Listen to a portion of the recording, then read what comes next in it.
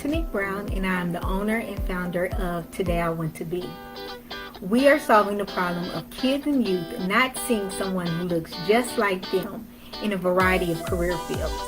We are a career exploration resource for parents and educators, and through our interactive products and virtual interviews, kids and youth are able to see representation of their race and gender in career fields that they may not even know about.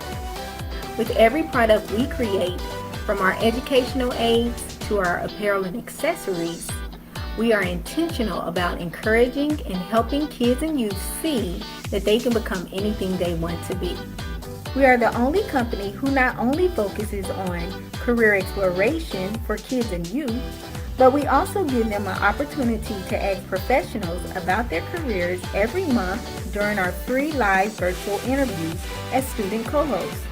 If you are looking for a company that is dedicated to helping your child or student see that they can become anything they want to be, make sure you visit todayiwanttobe.com today.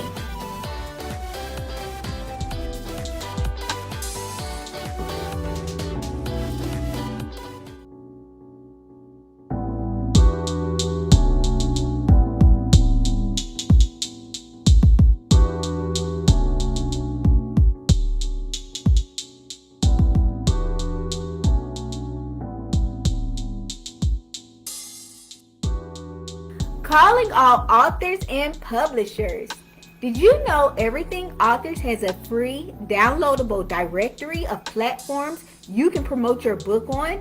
No longer will you have to search multiple places to market your book because you can find them here. Download your list today at everythingauthors.com/free-resources. That's everythingauthors.com/free-resources.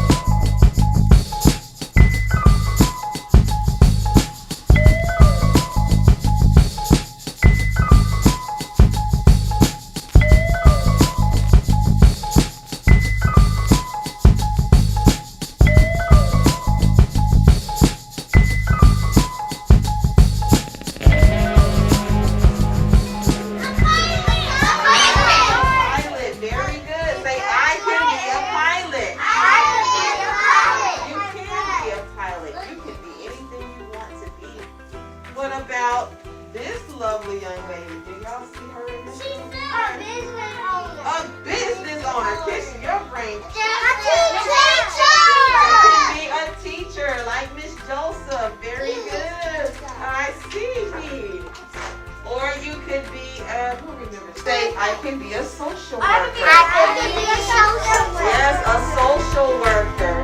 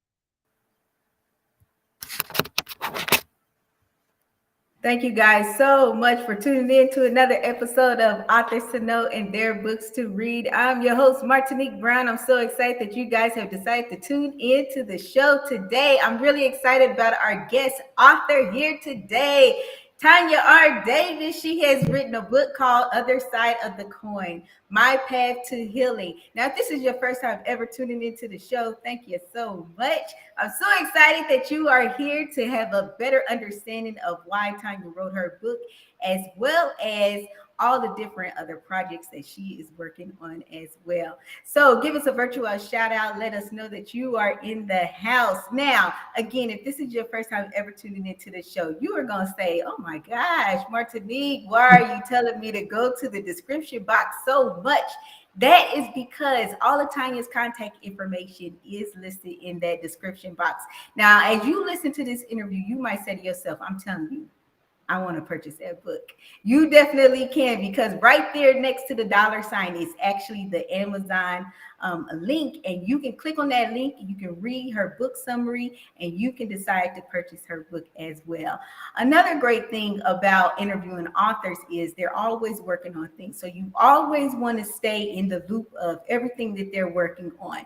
So also in that description box, you will find Tonya's contact information, her Facebook page, as well as her email, as well as her Facebook business page as well. Another great thing is you can actually share this video so that more people will know about Tonya, as well as her nonprofit, and know about her book. So we're going to go ahead and get started with the show. Tonya, thank you so much for being on the show.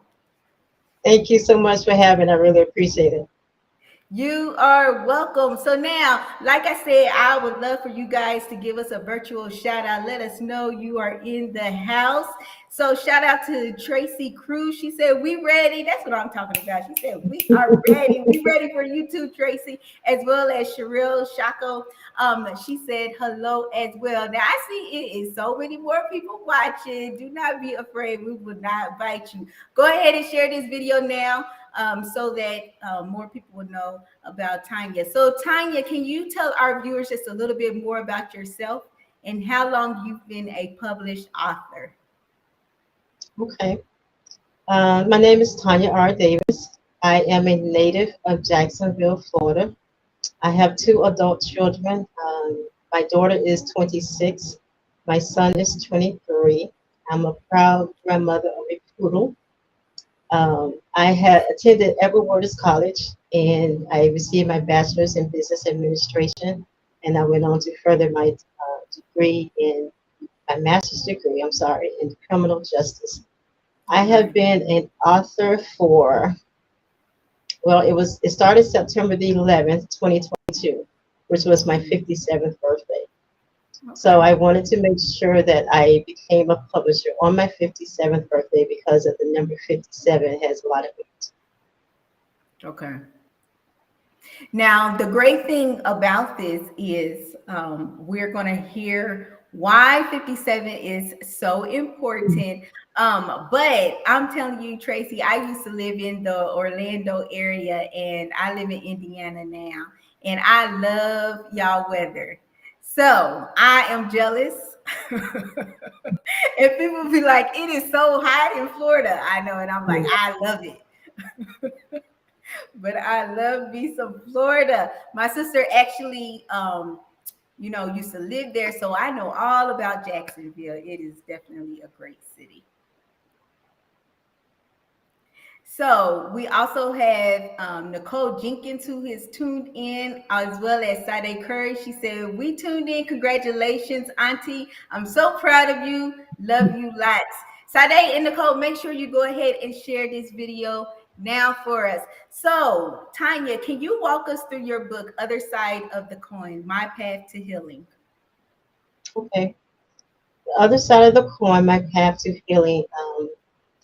The book shares my testimony, my memoirs. The first four chapters of the book, it outlines my childhood. It also gives a description of my three parental figures, my mom, my bonus dad, and my biological father. Chapter 5 through 10, it goes into my adolescent stages. It goes into my young adulthood, and it also goes into my marital status, ex-marriage status at this point.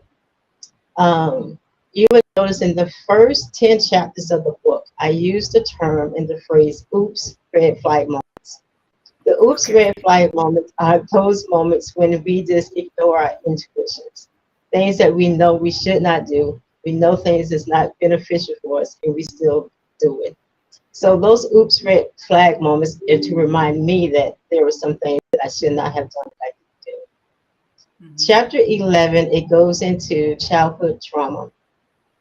Chapter 12 is more different. It's a personal letter to my biological father. And chapter 13 is my favorite chapter. It's the power of healing through forgiveness. So let's talk about, a couple of those because you dropped a lot on us. Shout out to Lindsay Bivens, who is Tanya's publisher. Lindsay, thank you so much for introducing me to Tanya. Lindsay, if you could go ahead and put your contact information. I always like to do this plug, y'all. So, we all have a story. If you are interested in getting your story published, make sure you reach out to Lindsay Bivens. She's going to also put her contact information in there as well. So, why did you decide to actually structure your book like that? Well, I structured the book that way because it helped me to go from point A to point C. I Mhm. wanted to go into childhood to explain, basically how my life started. into how I got married and what happened as a result of me being married. Okay, And then I so also wanted to talk about the forgiveness part, which I found very important. And there was a very important part of my healing, forgiveness. definitely. And why did you feel that it was necessary to give a shout out to, you know, do you call him your stepdad? No, I call him my dad. Okay, so you said your biological father and your dad, because sometimes authors they'll just leave out that parent that maybe, wasn't a part of their life or anything like that. Why did you decide to include your biological father in the book? Well, in the book I refer to my other people may say my stepdad, but I refer to him as my bonus dad. So Okay. it helps me and helps other people to understand the different roles that they play in my life and to understand, because a lot of times I'm talking about, and I'll just say dad, and some people may not understand which dad I'm referring to.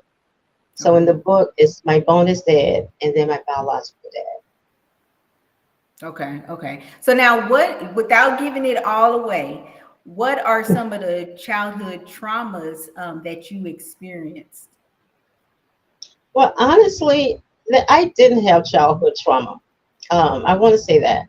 So my mother was extremely supportive.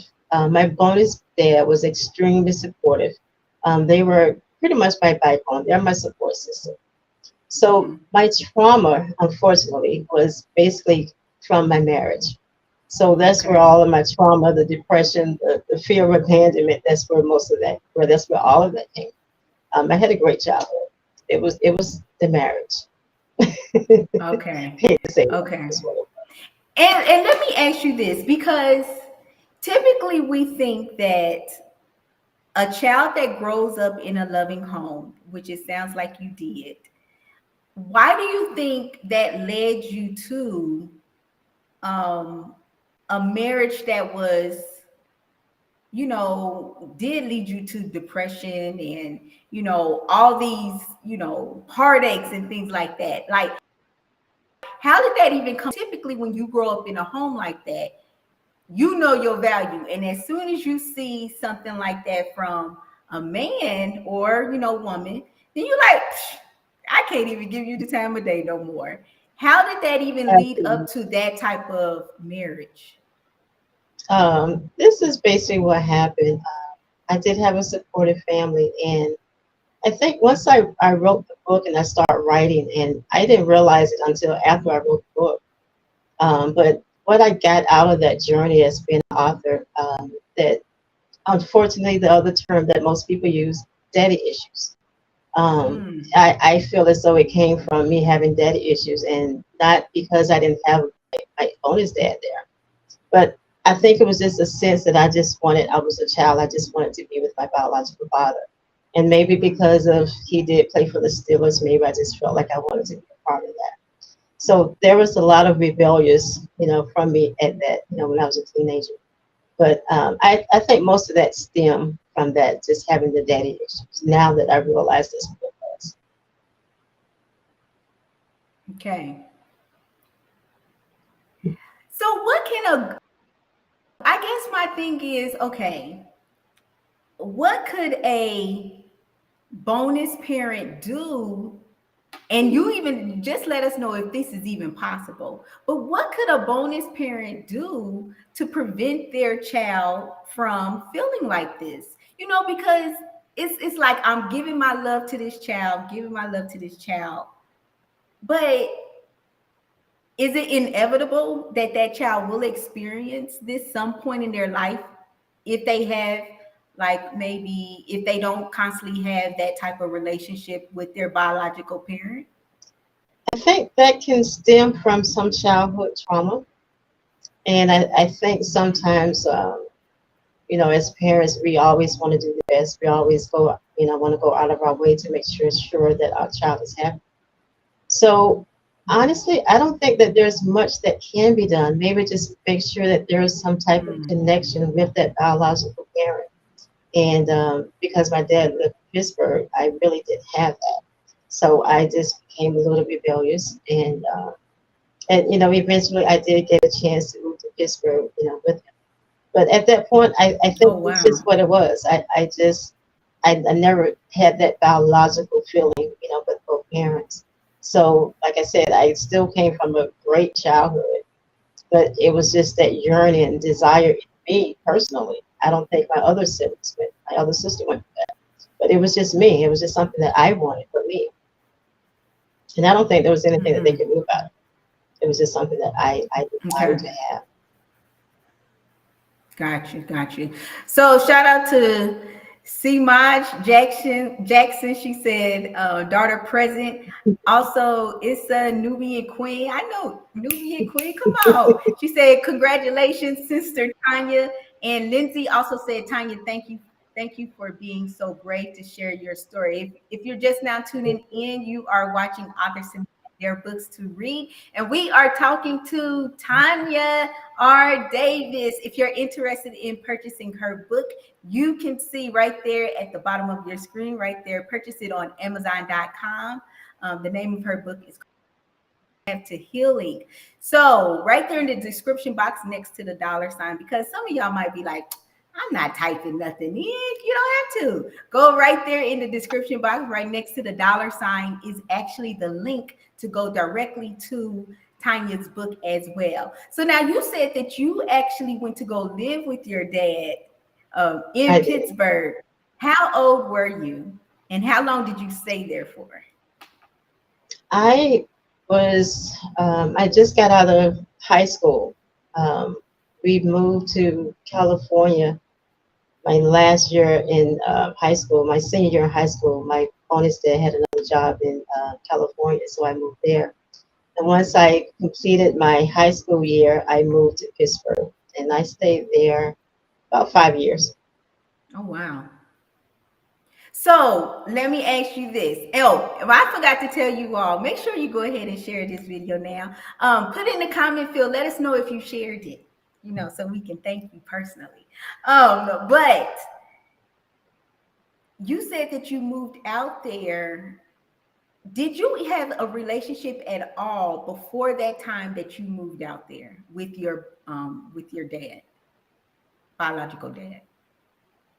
We spoke on the phone several times, and he did used to come to Jacksonville yearly. He made an annual visit to Jacksonville. Okay. So it was, we would visit him during that time. So we got to see him, I guess, maybe once a year and talk to him very rarely. But Mm-hmm. that was our bonding time, and he did come to Jacksonville. And most of the time he was engaged with other activities. One activity that he always attended was the Bobcase track. So that's something that's still currently going on in Jacksonville. So that was always his annual visit, was to attend the Bobcase track. Okay. Okay. Okay. So then you decided to move out there. Do you feel like you guys' relationship got a lot stronger, or, did it break away more, you feel? I'm not sure if it got stronger or not, but I did have the chance to spend a lot of time with him. Maybe it wasn't a one-on-one, type of thing because there were other kids involved. And there was Mm-hmm. also my uncle that was there, and my biological father, just so everybody will understand what father I'm referring to. He took care of another someone else that was there. He was from Aruba, so he had Okay. someone else there that he took care of too. That was in the household with us at the time I was visiting. Mm-hmm. Mm-hmm. So shout out to Sherelle and Nicole. Thank you guys so much for sharing the video. So why did you actually decide to write Other Side of the Coin? Well, I wanted to write Other Side of the Coin. Originally, it wasn't supposed to be about me. Okay. I wanted to write about my father. I wanted to write about, his 13 seasons with the Pittsburgh Steelers. Mm-hmm. He got injured in 1994, so that changed a lot of things, and he went to a adult living facility. So he still came back and forth to Jacksonville, and at some point, the last time I saw him, I asked him, Um, I told him that I wanted to write a book. I asked him, was it okay if I write, a book about you? And he agreed. That's also in the book. Okay. So he passed before I had a chance to talk with him again. So it Oh was that wow. one interview that I actually did with him that made me want to continue to write the book. So once he passed, I strongly felt as though I wanted to share my story. And there were some other things that I felt uncomfortable with that, happened with him. So I just wanted to be able to express myself on this platform. Okay. Okay. So do you feel that as you was writing, because you first said, you wanted the book to be about him. So you wanted to Mhm. really just continue his memory. Is that why you wanted it to be about him? I wanted to continue his memories and also passionate about. My father passed the day, trying to, he passed the day before my birthday. My birthday is Oh wow. September the 11th. He passed on Hmm. September the 10th. Oh wow. So Okay. the way that he transitioned was kind of heartbreaking for me. So I wanted to still, uphold his memory. And like I Hmm. said, we did talk about me writing a book before. And so when I realized I was coming up to age 57, it's never, um, so I wanted to, it instilled in me more that I have to write this 57 just because of the numbers. And also when I decided to write the book at 57, it was his third year that he had transitioned. So those numbers are very important to me, 1, 3, 5, and 7. So I, Hmm. just played on those numbers as writing. Okay. Okay. Okay. I definitely understand that.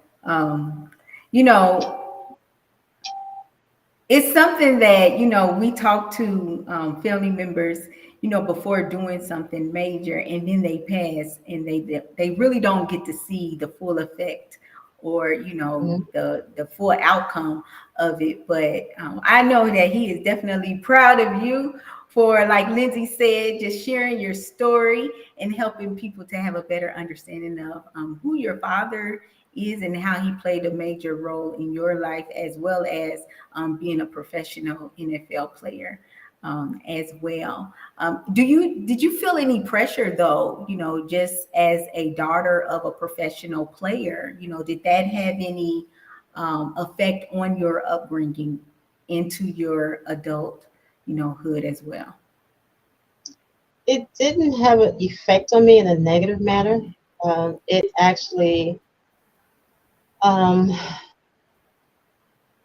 let's see, we got more recognition because of that. Hmm. So it Hmm. was more, we was more recognized more. A lot of people, oh, this so and so, and I went to school with one of his classmates at Northwestern. He was the principal there, so it was more of a favoritism thing. Yeah. Okay. Okay. So now, when you write a memoir, does it feel like you're just reliving your past? For me, I didn't feel like I was reliving my past because Hmm. I felt more like my past was just in my head and I wanted to get it out. So it was more of releasing my past more than anything. And that Hmm. just helped me to come into the person that I'm still growing into today and just not living in my past. So it helped me to Okay. overcome. So, are you more so saying that the marriage is like, when we read your book, is the marriage the traumatic, chapter in your life that happened to you? Definitely. So, Um, where, oh, go ahead. What was you about to say? um, just that was it was a roller coaster ride. It was things, like you said, growing up the way that I did, it was like, wow, this is new. I haven't experienced this. I don't, I didn't know what was going on. And even with, unfortunately, I didn't realize this at the time, but my ex-husband, he was already in an addiction state when I met him. So Mhm. unfortunately, it involved me into the addiction, and that was caused a lot of drama and depression, anxiety and fear of abandonment. Once that Okay. Okay. And how long were you two married for? oof, too long. Um, Yeah. it was a total of 21 years, 22 maybe, Oh, 20, okay. 21 Okay. maybe. I give it 21 at least. Okay. And so what was the addiction that you speak of? It was marijuana and cocaine, and for him, alcohol. So it was the three combination. Okay. Okay. So now with those things though, because I know that you talk about how supportive your family is and was, what were they saying to you during this addiction state, and what was your mindset? Where was your mindset at during that time? Um, they were just wanting me to get out of the marriage. They, didn't understand why am I still in it? What's going on? This is not you, type of thing. Mhm. So it took me a while, I guess, to process it and to even realize what was going on. So, at the time, I had to accept and acknowledge what was going on in the relationship. So I had to hold myself accountable Mhm. for that, and that did help me to get out of So during that time though, what was your breaking point that made you say, you know what, Tanya, you do not have to live like this? Like, what did that look like for you? That's going to be another book. Uh, My bad. Well, stay tuned, y'all. Make sure you go ahead and follow Tanya right there in the description box, Facebook. Um, but my breaking point was when I realized I was just going in circles. There was no changes. I didn't see that, he was willing to do anything different. And I just realized that I'm caught up into the same thing that he has going on. So, like you said, this isn't me. I can't do this. This is not me. I pray, Lord, please. yeah, So that was my breaking point. Like, this is not going to change. I didn't see a change. I didn't see anything that would ever be different. And then coming from the church, and that's how the marriage started originally. Just coming from the church. mhm. So once I realized, he backslid, and it was, I just had to get up. So it was time. I gave my time, and it was time for me. Yeah. I guess my question with addiction, do you feel like the moments when you are not feeding that addiction, Hmm. those silent moments, is that when like the voice of reason, or for Christians the Holy Spirit is speaking to you? Like, when are you able to get, like, when does sound advice actually begin to penetrate your thinking process? Well, um, the thought process of for me, it was like, what am I doing with my life? What's Hmm. going on? I like I said, I knew that from where I came from, that that wasn't me. And, this is not where I want to go. It's not the direction I'm going. So it took me a while. It took me a while, mainly because I thought that maybe he would change. Hmm. Maybe some type of way he would see and realize, he needs to get back into the Lord, go back to church, get back in the ministry. And, Yeah. that just never happened. And that was one of the things that I missed. So I just, I had to get out of it. Either that, or I was just going to go down. And I wasn't willing to go down further than what I already. What would you say to somebody, because it is it safe to say that you were in the church and you was struggling with these addictions? Yeah, yeah. Okay. So what would you say to somebody that is currently going through the same struggles that you were going through. You know, because many times we may think that, oh man, I'm not a Christian because, you know, I'm addicted to such and such. You know, whatever your such and such is. Mm-hmm. Um, you know, how did you begin to forgive yourself? How did you begin to, you know, really depend on God even more to help you through this? It took, I guess, me actually leaving, or that straw that he did that caused me to leave. It was like, okay, this is it. I'm done. And you go Mm-hmm. through your mourning process, even though it's not a healthy relationship. You still have a mourning process that you go through, and you know that it's toxic, but you still mourn that relationship. So it took many of nights of going through that process, and I realized that I need to get back. I need to start over. I didn't know where to Mm-hmm. begin. My family always have a church home, so I would always still go to church. Well, not always go to church, but that was also that led me away from church. So I knew that I needed to get back into that rhythm. Mm-hmm. So that strong support system definitely is always good to have. But I would like to give hope to others that there's a way that you can get out of it. It may not be easy. Everybody have their own addiction and own process that you have to go through. But once you know that enough is enough, then that's when it's time to make a difference and reach out to someone that is willing to help. Mm-hmm. And if you was the person on the other side of the coin, meaning being that support system to somebody that's addicted to something that is hurting them and killing them, what would you recommend? Like, what would you do for that person? I would recommend that that person get out of the situation. Like they say, people, places, and things. You do have to get into a new environment. You have to go back to your hopes and your dreams, your visions. What are you passionate about? What is it that you want to do?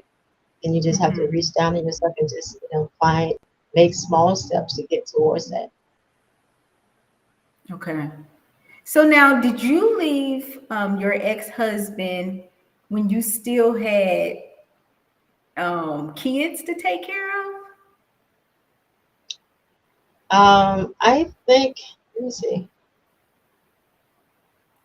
I think a part of me kind of just waited until my kids was, like they said, you just stay together for the sake of the kids.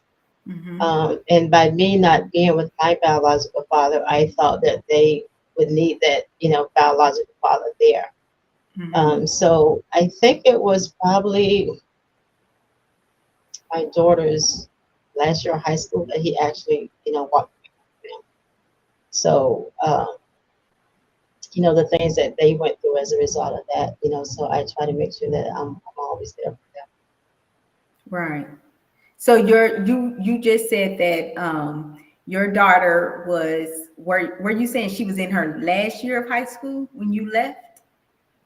Um, well, actually, I would say he left, and that Oh, just he made left. me go ahead and to start building myself, to rebuild myself up once he actually did leave. It was kind of Okay. an in and out situation. Here one month, gone the next month. So once I finally said, okay, that's it. This isn't okay. So yeah, it Okay. was my daughter's last year in high school.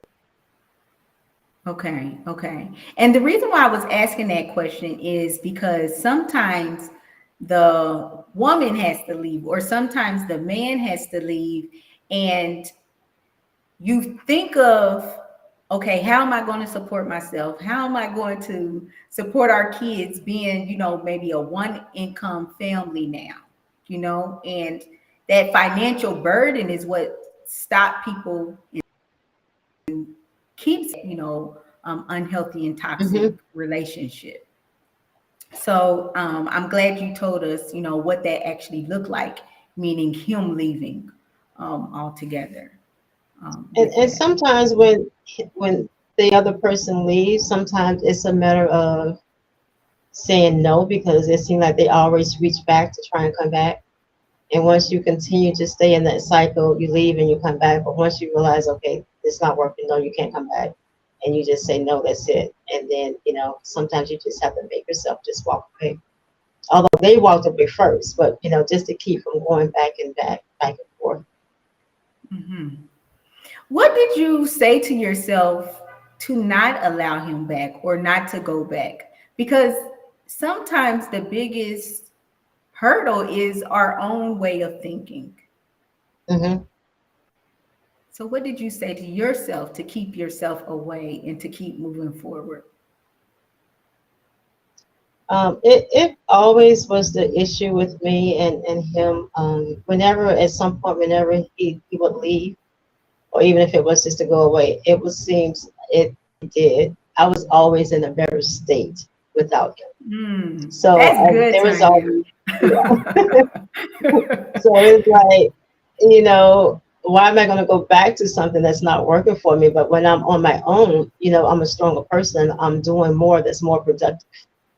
So I was more productive without it. Yeah, yeah. Yeah. So let me ask you something. As a mother, what did those conversations look like for you when having to talk to your kids about dad not coming back? Or were they so used to it? Like, was it just so off and on that the kids like, okay, well, dad really not coming back this time?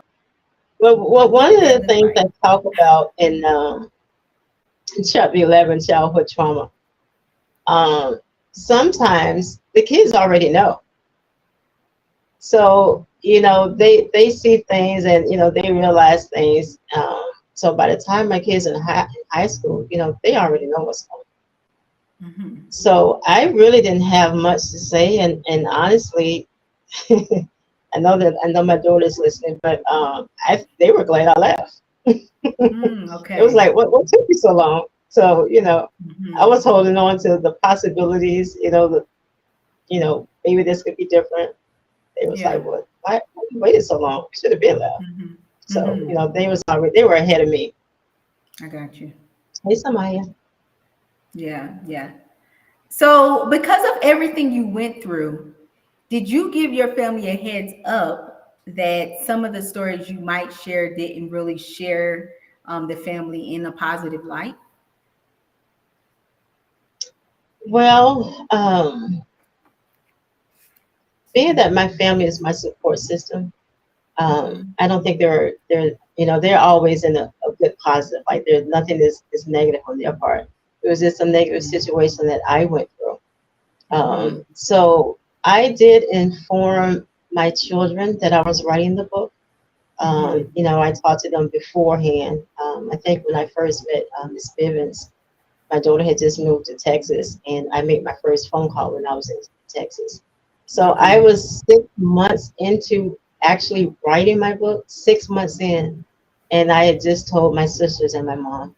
So they had no clue. Okay. Because Okay.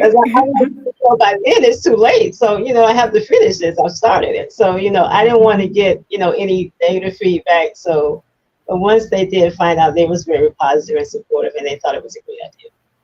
That's good. That's good. So, what do you actually want readers to learn after reading Other Side of the Coin? I want them to have hope. I want them to learn that even though, your childhood was the best of childhood and everything was fine, sometimes you may fall into a bad situation, to, a bad relationship, and Mm-hmm. that it's okay. It's okay. But just don't stay there. Don't stay in that relationship. Even, it may take you a while to get out of it. I think just mentally knowing that you have to get out of it, I think that, that gives you a foundation. It helps you to know, okay, I know I'm not going to stay here. I'm here now. But, Yeah. you start planning in your mind that, what you're going to do and where you're going to leave. So it's like you're making an exit. So, Mm-hmm. just always have hope, especially if you know and you're not comfortable in the situation that you're in. Hmm. And what are some of the habits? If you could give us like your top two habits, what are some of the habits that you begin to develop that made you stronger? Um, One of my habits I developed, and that was years ago, what I'm trying to get back into now. But at the time, it was working out. Mm, It was exercising. It was, I had what we call, there was a team of us that, we would always go work out. okay. So that was one of my motivations, just working out. And then I could see a difference from that because at one point I would just sit around the house and just eat. Hmm. So, that was a good way for me to, to break up some different things in my life. Okay. Okay. And if you could just share with us, what did you learn about yourself as you went through this journey of becoming a published author? Um, what I learned about myself, like I said earlier, actually, I didn't realize I had daddy issues. Mhm. So that was one thing that I did learn, once I completed the book. When I looked on relationships that I was in, well, why was I in this? And Mhm. it was because of that. I just had that yearning to be with my father. And one of the other things that I got out of the journey of being an author was that there's always hope.